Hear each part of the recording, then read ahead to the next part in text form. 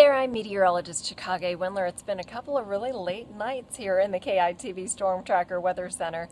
That said, it looks like things are finally starting to calm down. Taping this right around 12:30, just past midnight. And a little bit of good news, lakes are getting a bump up, although we've got a long way to go. And also, looks like the severe storms for now have finally tapered. Here's tonight's Chik's Chat. So it looks as though the heaviest storms have finally pushed off toward the east. Overnight tonight, if you want to follow hashtag KEYEWX, KEYEWX, then if there are any additional storms that fire up and are cause for concern, you'll certainly get those updates right there. But for now, I'm cautiously optimistic that the worst may be over. Hey, speaking of optimistic, tornado reports, not a single one, and that's great news, especially given that very strong rotation at one point that was reported out from the San Saba County area into Burnett County.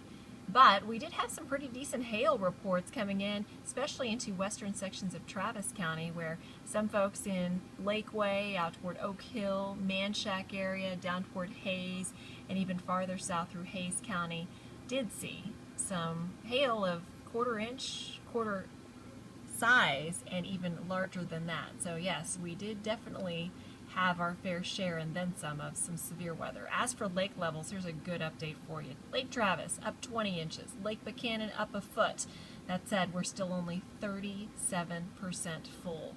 I want to share with you a few storm photos. Actually, first we'll go ahead and show you the 7-day forecast. 86 degrees for your Wednesday, 88 degrees on Thursday, Friday 89, Saturday 89, 90 degrees on Sunday, and then we finally get rid of our rain chances. They're needed, but I think some of you may be ready to totally dry out. We'll be hot and dry by the time we reach Monday and Tuesday.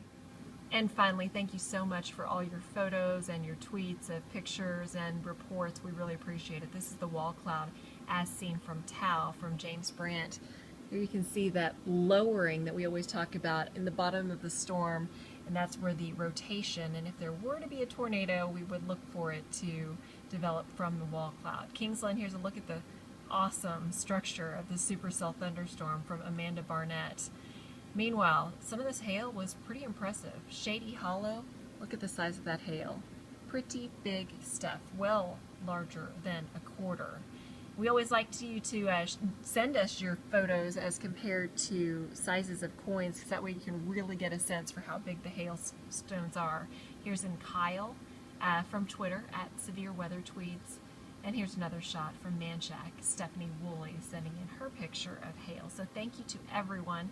You can always tweet us your pictures and follow us at hashtag KEYWX. And then you can send us your photos on via email as well. Share it at KEYTV.com is the address for that. All right, it has been another late night. I'm going to head home. Allison Miller will be in first thing in the morning. Actually, she'll be in probably in about an hour or so.